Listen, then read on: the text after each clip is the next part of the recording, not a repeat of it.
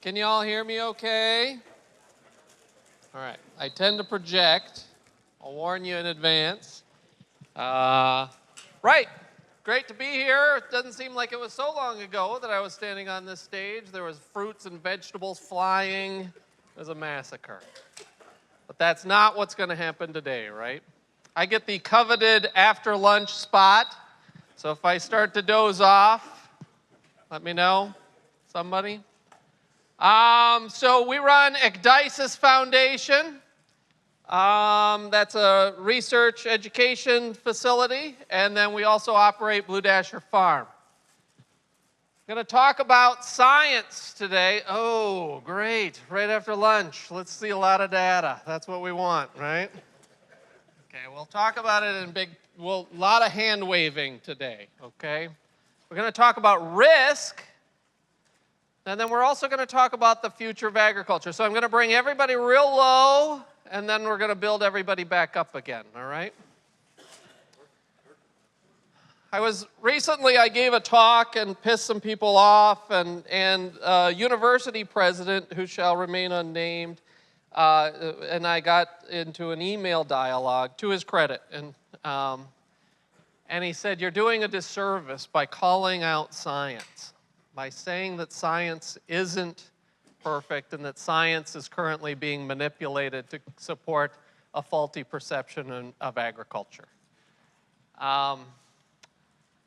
And he pointed to all of the ways that the federal government and the university systems currently support conservation agriculture. And everybody walks around, they strut around the room, and they pat themselves on the back saying, "Look at what a great job we're doing," okay? And I asked him in response, where is the relative investment here? Where is the relative investment? I mean, if you're really committed to this, how much money do you devote to keeping a broken system alive, and how much do you devote to truly innovating that system? Because when a university or the federal government goes to Iowa, and I'm sorry if there's any Iowans in the room, and they can say with good conscience that what we have done to Iowa is morally and ethically okay, right? That this is okay. How the hell did this happen? We've got 3 species where once there was hundreds of species. And I'm not getting down on farmers, okay? I'm not saying that we don't need to produce food. But at this scale and at this level of simplification, when a university can say, you know what has happened here is wrong, and we are going to devote what resources we have to truly innovating this, that is when the land-grant mission of the university system suddenly will be realized again, because we have lost our sense of mission. How did this happen? How? A lot of players were at work, weren't they? The farmers are the ones who ultimately make the decision on what's on their land, right? But they're influenced. They're influenced for many, many years, right? I mean, information is more available than it ever has been before, but for some reason it still seems impenetrable to people that do not want to change, okay? That needs to change. Government agencies support this system, right? The land-grant universities, instead of taking that, originally, what a brilliant idea Lincoln had, right? When he put these things together back in the 1860s. This idea that, you know what? That science is in the public good, but that we need to keep it separate from corporate interests, right? And so we're going to invest in this because we don't want that science to be corrupted. We want the innovation. We want new ideas to be pushed forward. And we're going to give in each state, we're going to give that state money to do this kind of transformative research no strings attached. And what happened is that money, the majority of it, the lion's share of it, now goes into a bureaucracy. And so the only way that we're able to conduct the science on agriculture is by taking corporate money. Guess how that influences the data that comes out? Okay? It may be direct, it may be indirect, but it influences the entire dialogue of what we're of how people practice agriculture today. And then, of course, agro-industry. As a system becomes more and more simplified, it becomes more and more easily controlled and more valuable to people that know how to manipulate it. And that is where we are at right now. You guys have heard for days, this regenerative thing seems to be working. We're loving this. So why the hell isn't everybody doing it? Geez, this thing is... That microphone's really loud. So why the heck aren't we all doing this, right? Right? Why isn't regenerative agriculture the norm? Well, what we're talking about here is we're talking about a paradigm shift. Paradigm shifts are hard. Change is hard. And it takes time. We are on the front edge of what is becoming a movement. I think I've seen it happen over the last 5-10 years, and it's been remarkable to see how much it's already changed. But I can't imagine what it's going to look like in another 10 years, right? The other reason why regenerative farming is not mainstream is because we use data to make decisions, and currently science, rather than being used to innovate our food production system, it's now been used to stifle the innovation of our food system. Okay? It's not always easy being a scientist. The kids and I were watching Cosmos, the one with Neil deGrasse Tyson, not the original Carl Sagan one.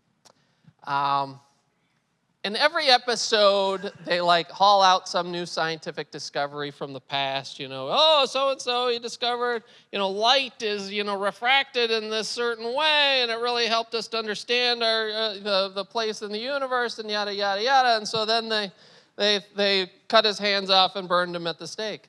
And it's like, the kids are like, what the hell? Every episode ends this way. Copernicus, Galileo, both persecuted for trying to understand our place in the universe. This guy, Alfred Wegener, he was chastised by his peers for this crazy idea that the continents are sitting on movable plates and that they actually shift around on the Earth's surface. What a crazy idea, right? Barbara McClintock, she was so bold as to become, number one, a woman scientist. That's crazy. Number two, she discovered that genes jump within plants, right? That they don't stay put within the genome. And everybody laughed her out of the room. They wanted nothing to do with this woman. And now we use this if you're planting genetically modified organisms, that's this. It helps us to understand genetics in general, and how organisms function. Alan Turing, they literally cut his balls off for discovering computers. Lynn Margulis discovered an entire new branch of evolution, that we are not an organism, that we are a community, and that symbiosis and organisms working together have fueled the diversification of our planet. And she was laughed out of the room for many, many years. Now they teach what she discovered in textbooks. So it's not always easy. It's not always easy. Science, and this is humbling for a scientist to say, science is not perfect. Science is actually pretty fallible. It's only a tool for understanding. Science does not provide proof. That's math. Science helps you to understand. And it's gray. It's not black and white. The world is not black and white. It is a gray thing, and we learn from previous discoveries. We build our body of knowledge over time. Sometimes we look back at the past and just like shake our heads, what the hell were we thinking? But that's how we learn as a society. That's how we learn as a species.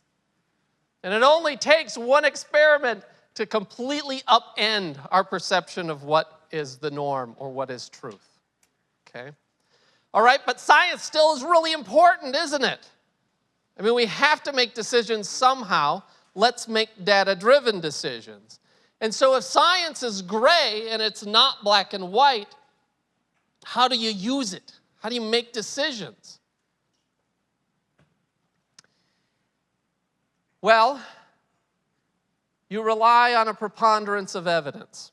You rely on a preponderance of evidence. What you do is you repeat an experiment or do similar experiments, and you gather a body of knowledge that then can inform your decision-making process. But it's by that process, once you understand how this works, you can suddenly manipulate it. The tobacco industry really helped to revolutionize. How the hell did they convince us that cigarettes didn't cause human health problems? And not just for a little while, but for decades and decades, right?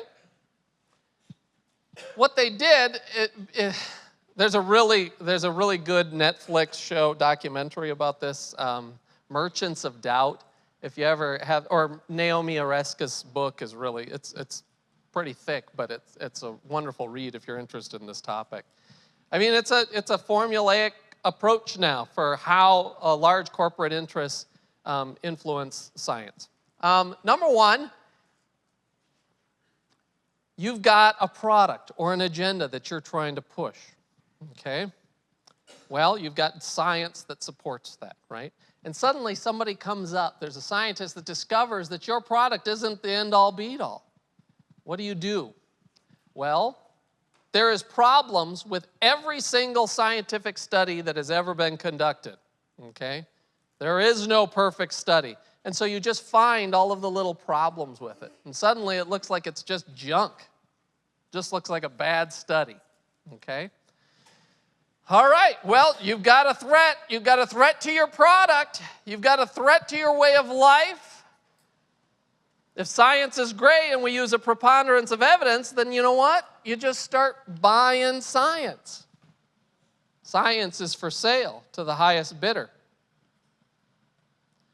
And so you suddenly start to fund a preponderance of evidence.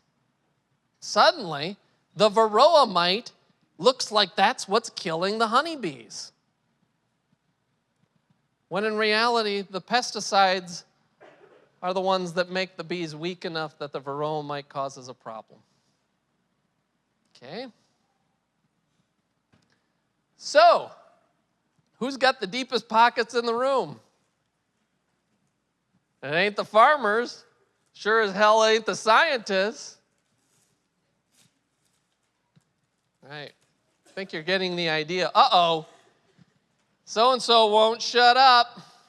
I mean, we've got this scientist, and we've already debunked him, but the guy or gal will not shut their mouth. You know what you do then? You destroy them. You gut them. You eviscerate them in public. You hurt them. You hurt their families. You hurt everybody that they care about. And you post their corpse on a stake for everybody to watch. And nobody else will ever do a study that will threaten your product again. So easy. So easy just to do the easy study, right? Count lady beetle spots. See how far butterflies will fly, right? You get paid the same at the end of the day. Why would anybody confront a controversial issue with their science? You'd be stupid. It's career suicide. And that, folks, that happens every day. Every day in the federal government and in the university systems. This is the state of science. It is a wonderful process that can help so many people, and it is currently corrupted, and it has supported Iowa. It has created that system. Honeybees, yeah, well, I was actually up in Manitoba not too long ago. Canola country. And I got up there and I said, the first words out of my mouth, I don't mind stirring the pot every once in a while for good reason. And I got up there and I said, neonicotinoids are killing the honeybees. What? We're not allowed to say that. And the scientists in the room, to a person, well, no, stop right there. The science on that is gray. It's inconclusive. The neonicotinoid seed treatments on canola seeds are not causing that. And I'm like, is the Canola Council supporting your research? Every one of them said, yeah. The data is crushing that just about every life history parameter of the honeybee is currently adversely affected by neonicotinoids insecticides. And we are currently planting these on 13% of the terrestrial land surface of the lower 48. 13% of the land surface, not cropland, land surface. Okay? Each crop seed, each corn seed that's treated has enough insecticide to kill about 100 to 150,000 bees. One seed. That doesn't say that this is the only thing that's killing the honeybees, but if we don't address this serious issue, we've got problems. The last thing is that, it's also a humbling thing for a scientist to say, is that science is necessary, but it does not change behavior. If we were a data-driven society, what would that look like? I mean, we'd all be eating, a lot more fruits and vegetables than I currently eat. We wouldn't be smoking. We'd all be wearing our seatbelts. We'd all be, all of these things, right? Because data is not sufficient to change behavior. It should be, but it's not. And I think we're all guilty of that. I am. So what needs to happen? Science is not conducted devoid of belief systems or opinions. If there's a perception that scientists are somehow like these Vulcans, that have no emotions, or that somehow are conducting on this ivory tower, that is not true, all right? Scientists are human beings, all right? We need to communicate as human beings. If something is wrong, we need to say it, okay? We need to be training the next generation of scientists to communicate science, not to other scientists, but to the people that need the data, the people that need the science. I've worked in risk assessment for a long time, longer than I'd like to think. I got the battle scars to prove it. Advised the EPA, the European Food Safety Authority, Brazilian government, and how they should be regulating genetically modified crops, insecticides, new genetic pesticides like RNAi. After 20 years of working in this field, one observation that I've had is that people believe that if you go into Home Depot or you go into some other business and you buy a jug, there's a perception that somebody's watching and that jug is safe, that somebody's done the tests and that jug is not going to hurt us, okay? After 20 years of working in this system and trying my best to use science as a tool for risk assessment, I could tell you definitively right now, nobody's watching. Nobody is watching.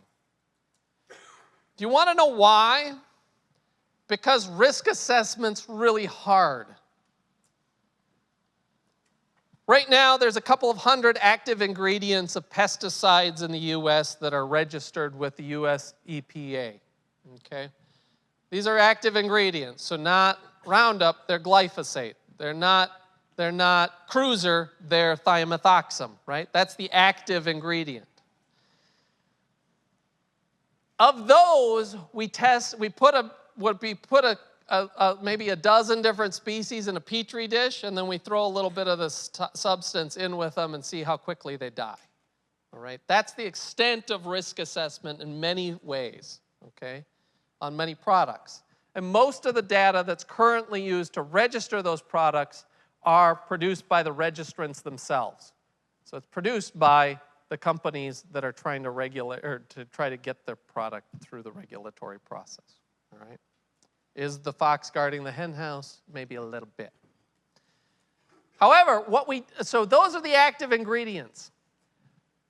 But when you add an adjuvant or a formulation to that active ingredient, it completely changes the risk assessment scenario. Okay? So we have currently in the US 20,000 pesticide formulations, each of which should be having its own risk assessment, and none of which do. Okay? Sometimes the inactive ingredients are actually more toxic than the active ingredients. I've heard stories of people that actually got a product through putting it in, so it was an herbicide that went through the registration process, and they shoved some insecticide into as an inactive ingredient because the herbicide's only supposed to be killing plants, right, weeds. And so they put the insecticide in as an inactive ingredient and get it through the registration process that way. It's crazy, folks. So we currently evaluate the risk of these handful of chemicals against a couple of dozen species. But even in the most heavily managed cornfield or crop field or rangeland, there are literally hundreds of species, just insects alone. If you were to think about the fungi and the birds and the microbes and the viruses and all of the other life that lives out there, you can elevate that to thousands of species within a single habitat, that each of them requires its own risk assessment. Do you understand the complexity and where we're getting at here? Ecological risk assessment is impossible. We cannot say that a chemical is safe. All right? Does that mean we should ban it all, right? Ban everything. Lundgren says it's all killers. No, that is not what I'm saying. What I'm saying is that we need to be using a hell of a lot more respect for these things than we currently do. All right? Right now, they're used as insurance policies. What a dumbass thing to do. Wow, we've known that for 50 years, how stupid that is. Because it almost killed most of the birds of prey off of North America. DDT. Anybody hear that? What I'm saying is that there are unintended consequences of our decisions, and we need to be mindful of those, and we need to use the precautionary principle, and if you don't need it, don't use it. It's a bad business decision for your operation. Okay, here's an idea, or here's one this is brand new data. It's still steaming, it's so fresh. All right? We did this study, this we did this study this summer. We wanted to know glyphosate, right? So this is Roundup. Roundup, is it toxic to bees? There's recently been so they got the product through the registration process because glyphosate has no acute toxicity towards honeybees, okay? This is one of those examples of the active ingredient, okay, was registered. And they're now finding that it's disrupting the microbial community. Glyphosate is an antimicrobial agent, and so it has strong effects on bacterial communities. And so by disrupting the bacterial community of the honeybee gut, it's making them more susceptible to other things in the environment. We wanted to know, actually, Juliet was the one who ran this study. She wanted to know whether the commercial formulation Roundup PowerMax, whether it was toxic to honeybees. We wanted to do a risk assessment because bees are never only exposed to glyphosate, right? They're exposed to the commercial formulation of glyphosate, which is Roundup. How does this commercial formulation affect bees? So we ran a series of studies, both in the laboratory to determine the toxicity of glyphosate, and then in the field to see whether there was exposure. So we ran a dose response. And the data, we still haven't gotten all of it in yet, but we're still working on it. Mortality, so we looked at how much kills the bees. And then we wanted to know whether it slows the bees down and how it affects those bees in sublethal ways. One of the ways that we do this is what entomologists do for fun. We grab bees and we make these little chessmen out of them, and then we play games until epiphany hits. I don't know. Now, what this is so what you do for honeybees is they have a tremendous brain, okay? And so they learn, right? And you can measure that learning by exposing them. So if they taste something, like a chemical or something that they like, then what they'll do is they'll avert their tongue. So they, and then you can measure how long and how quickly that happens as a sensory stimulation, more or less. And so we've been using this for a long time to understand how bees perceive food stuff and then also toxicants in the environment. And so you basically just take a little Q-tip, rub their little feet, and then you wait for them to lick. Okay, Roundup at label rates killed 99% of the bees. Whoops. That wasn't supposed to happen. Glyphosate is safe. Roundup must be safe. This is the label rate. We see it's reduced the longevity in this case substantially over the untreated ones. So as an experimental control, we also put in like a toxin that was super toxic to insects. Potassium arsenic. That's where that falls on the graph. Roundup was about as toxic as one of the more toxic control substances that we use. Yeah. Did you also compare it to just glyphosate rather than Roundup? Good question. No, we did not in this study. No, we did not. So is it glyphosate or is it the inactive ingredients within the Roundup molecule? I think that we're starting to understand that those inactive ingredients are actually some of the more toxic substances that we can contrive. They're incredibly damaging to cell membranes and things along these lines. And so, yeah, the environmental effects of things like atrazine are magnified substantially by the commercial formulation. And those inactive ingredients are almost entirely unregulated right now. They're almost entirely unregulated. Okay, so another way that entomologists have fun is that we put the bees in here and then we start a timer and then we chase them around with a pen and figure out how far they walked over a certain amount of time, and then this gives us an idea of how fast these insects are walking. What is a slow bee in the field? It's a dead bee, right? Glyphosate substantially and significantly reduced the mobility of these insects as well. What is colony collapse disorder? It's bees forgetting how to be bees. They can't remember how to return to the nest. They can't remember where home is anymore. They can't remember when it gets cold that they should form a ball to regulate their heat. They can't remember suddenly there's a super on top and we're bursting at the seams. We don't know what to do if we don't have enough space. There's a whole box above us, but we can't remember that we're supposed to move up. That's what's happening to the bees. That's what makes neonicotinoids and other neurotoxins like this so insidious, is that traditional approaches to risk management do not apply. They just don't work with sublethal effects.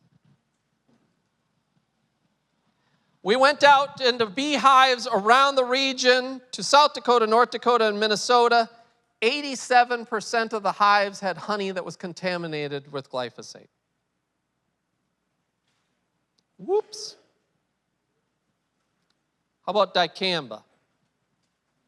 We interested in that? It's never been, I have found one study that was looked at the mortality or the dose response of dicamba to honeybees from 1978. Where's the data? As we make these huge shifts in our pesticide use, my God, what are we doing? I was just on a radio. Tomorrow I leave for New Zealand. I'm teaching a class on agroecology down there. And so there was this radio interview that I did last night after your talk, Gabe, not during, after your talk. And the radio interviewer was one of those really aggressive interviews. I hate those things, you know, where it's like, oh, it's like this bam, bam, bam, bam, bam. And it's like, oh, all right, yeah. So anyways, so she was very controversial, and she was like, well, I've got somebody, and you're saying to stop tillage. That makes for weed problems, and so that means increased herbicide. And I'm kind of like, oh, yep. Oh, so if that's your perception of the world, that you have two tools, and you're choosing between one really damaging thing versus another really damaging thing, then yeah, this is a bad deal. And incidentally, if those are the only two choices that you have, I would pick the herbicide every single time. Tillage is so much more damaging to biology than herbicides are. However, luckily, those are not your only two tools, all right? There's things called crop rotations and cover crops and livestock. I want to make money off of my weeds. Why would I spray those out? I could feed those. Okay. So no, herbicides are not the only option, all right? Roundup is not the only option. Uh-oh, I think I died. Maybe I turned something off. All right. So, how am I doing on time? What do I got?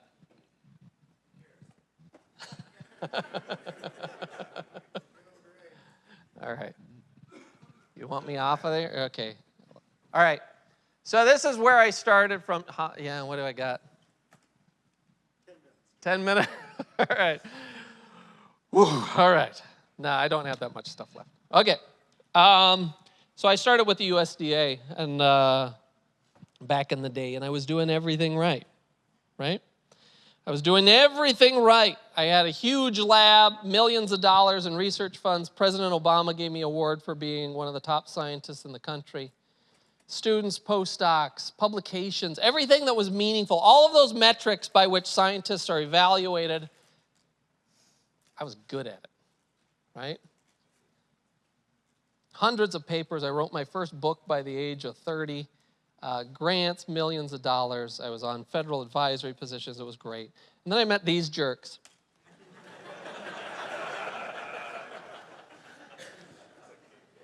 And my entire life changed. Because everything that I was doing as a scientist said that I was supposed to maintain the current infrastructure, right? I was supposed to maintain the current model of agriculture. And what these guys were saying flew in the face of everything that I was taught and everything that I was working on in terms of trying to make things different. And the stuff that I was working on that was kind of like fringe and wacko, these guys just absorbed, right? I remember the first talk that I gave, Gail Fuller and Gabe were out there, Jill Clapperton was in the audience, and it was about predators, and I was talking about, well, I think that, maybe in a perfect world, we could use predators instead of insecticides. And it was really one of the first times that I think I'd given that talk that, people didn't like laugh me off of the stage. They laughed me off for other reasons, but not that one. What these guys are doing is just absolutely transformative and is the future of the way that we are going to produce food in this country and around the world, okay? And this is a small list of those faces, okay? You guys have been so influential to me. What they were saying was crazy, and it wasn't backed by science, okay? The science said that, no, you cannot grow cover crops in the wrong place, right? That in every environment, there's a good reason why you should not be growing cover crops. And the science was there to support that, if you wanted to believe that, okay? What these guys were saying is that in every environment, they were growing cover crops, and they were doing so profitably. And so what we decided to do, this is Claire. She now works for the University of Minnesota in their extension office. We went across the region, and we decided to test these two systems, right? Regenerative system and a conventional system. And so we went to the leaders in the regenerative movement, and we said, point us to your corn phase of your rotation. The study started, you remember this, Gabe, the study started with me saying, all right, we got this grant money, and what I want you to do is have 4 replicated plots on each of your farms, and you need to do it this way, and the guys are just like, you're losing what's special about our farm, right? By taking a scientific framework and inserting it upon their operation, we lost what was special about the regenerative operation. That's why science isn't working very well right now, okay? So what we said is, you know what? You're absolutely right. You guys are way ahead of us in so many ways. Let's just try to understand what you're doing and document it, okay? And so that's what we did. That's what Claire did. So she took pictures of, we went and sent a team out, and we looked at these systems, okay, the regenerative farms, and then we said, okay, regenerative guys and gals, point us to a neighbor who's doing things right conventionally, all right? And then we went and we sampled those farms too. So this was a regional focus, systems level, not reductionist component research, and best management practices, not what a scientist decides is the best management practice and then grows on their field. All right. These individual operations were, the practices varied quite a bit, but some consistencies were that none of the regenerative folks were using insecticides or genetically modified crops, and all of the conventional farms that we used were using insecticidal seed treatments as well as GM crops. We did a full bioinventory of the corn community in the soil and in the plants, and then we looked at the yields and profits of these things, each field. The insecticide-treated cornfields had 10 times more pests than the insecticide-free cornfields. Whoops. That's not supposed to happen, right? Why? Do you think you've been sold a bum setup? Oh my God, what have we done? Why? It's because the regenerative farmers did not simply abandon pesticides, they replaced pesticides with diversity. Okay? It's just that simple. Suddenly diversity is fueling this, and you don't need to invest in the jugs anymore. Yields were significantly lower on the regenerative farms, but they were twice as profitable. That's not supposed to happen either, right? Why the hell do we give prizes for the top yielding corn farmers in the state?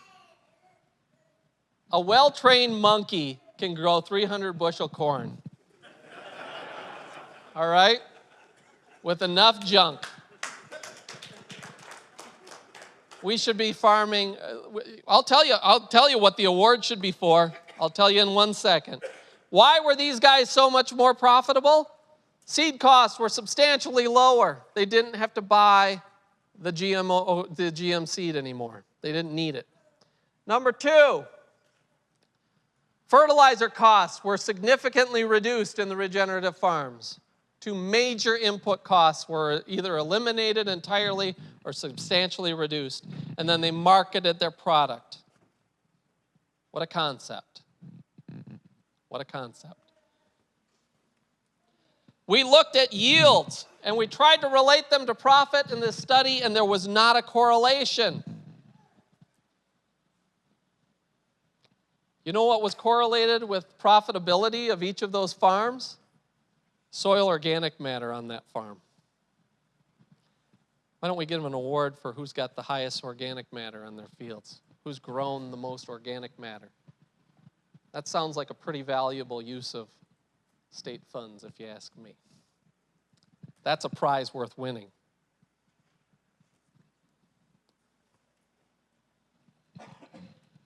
Yeah, these guys also got me in a lot of trouble.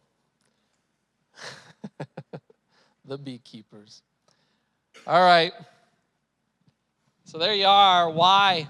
Why are we here? Why are we doing this? As a USDA scientist, it became very clear that what the future was. The future is in this room. And try as I might to change the system from within, it wasn't working. And so it became very clear that I needed to get out and that this was a grassroots effort. Paradigm shifts don't come from the government. They don't come from universities. It doesn't mean that the government and universities don't have a role to play, but it starts with you in this room. It starts not by, look at what the status quo has produced. Look at what the status quo has produced. Where is it? It's Iowa, right there. That is what the status quo produced. That's not good enough. We need bold action. We don't need more pamphleteers. We don't need people who are talking about it and patting themselves on the back for getting a new packet of wildflower seeds to save the bees. We need bold action. We need people that are willing to change their own lives and be an example to other people. Okay? That boldness needs to come back from here. So I quit and started something totally different, Blue Dasher, what you guys have seen. All right. There, that's the slide I was looking for. So there it is. That's Blue Dasher. That's where we're at. Grassroots research, science. If you want to see a study done, we do high risk. We ask the questions other people are afraid to, right? And we're growing, and that's exciting. We survived for 2.5 years. I wasn't so sure we were. There was a lot of days. There still are days I'm not so sure, but we're still here. We want this to become the national network of centers for excellence in regenerative agriculture, to serve the farmers, the innovators. If you are a corn, soybean, cow farmer, and that's all you do, you have the answers. They're pretty available to you, okay? If you want to integrate interseeds into your crop mix, or if you want to start grazing multi-species, herds and in a rotational system, well, that's where we specialize, okay? We want to keep the innovators innovating. That's what we want. And the second of our facilities it sounds like we're going to start opening that in Minnesota next year. How about that? All right. No strings attached research. Thank you, everybody.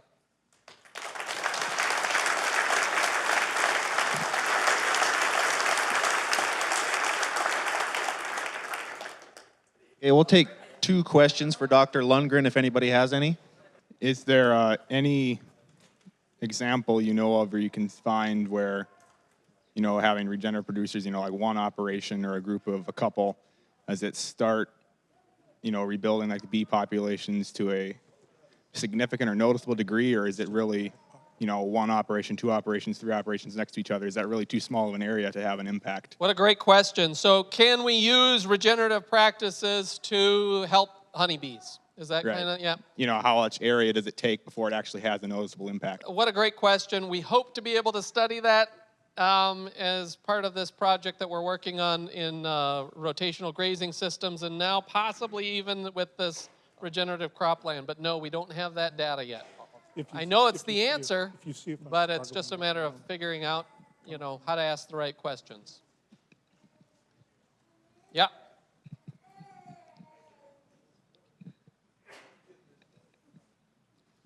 You want to just shout it? I'll repeat it.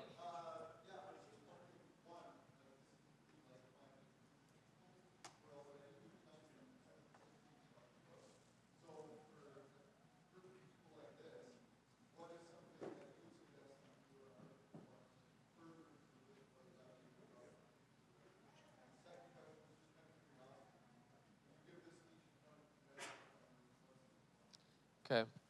So 2-part question. The first part is what else can we do, even though we're like-minded in this room?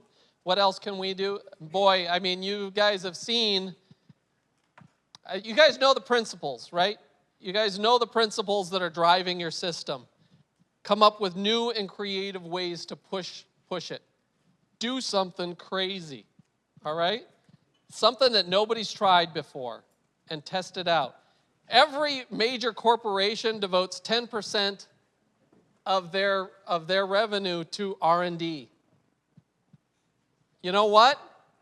You guys are a business. You should be devoting resources to keeping on the front edge. Otherwise, well, yeah, that's how we get into Iowa. Sorry. The second part of that question was, when I give this talk to conventional producers, I'm sorry. I said it. I'm sorry. I'm sorry. To conventional producers, what is... Whoop, the mic is dead. How about that? All right, there you go. Now, what is the response? And, it's a bitch slap in a lot of ways. They don't hear this very often, okay? They hear, okay, everything you're doing is really good. You're doing a really great job. And if you want to keep this going, if you just buy this product, you'll get another 3-bushel bump. That's what they hear more often than not. Some of them are really ready to hear it. Some of them aren't. But they've got to. God, we've got to be talking to these people. They've got to hear the truth. Yeah. Where do we find milkweed seed that's not treated by glyphosate? I'd be more worried about milkweed seed that's tainted with neonicotinoids. We found that 60% of the milkweed in the field right now is got meaningful doses of neonicotinoids in them. So where do you get that seed? I don't know. That's the matrix that we're living in right now. I don't know.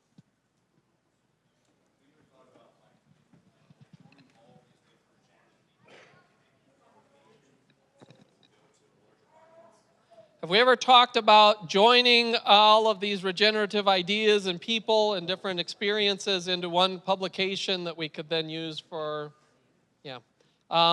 It's a great idea. I think that things are starting to gel within the community. I think that people are starting to plant flags that we can, like the Blue Dasher flag that people could rally around, or the soil health, some of these other soil health initiatives are really valuable in that regard as well. Right now, there's a lot of anecdote. There's a lot of personal experience. It has not been unified the way that it needs to. It's unified in these principles that kind of come up, But there isn't a cookbook, right? There isn't a cookbook for this style of agriculture. And it requires a support network more than anything. And so that's why these meetings are so valuable. I may go my full So time. valuable. I may not, but Do you want me to be done? Yeah. Not to be blunt.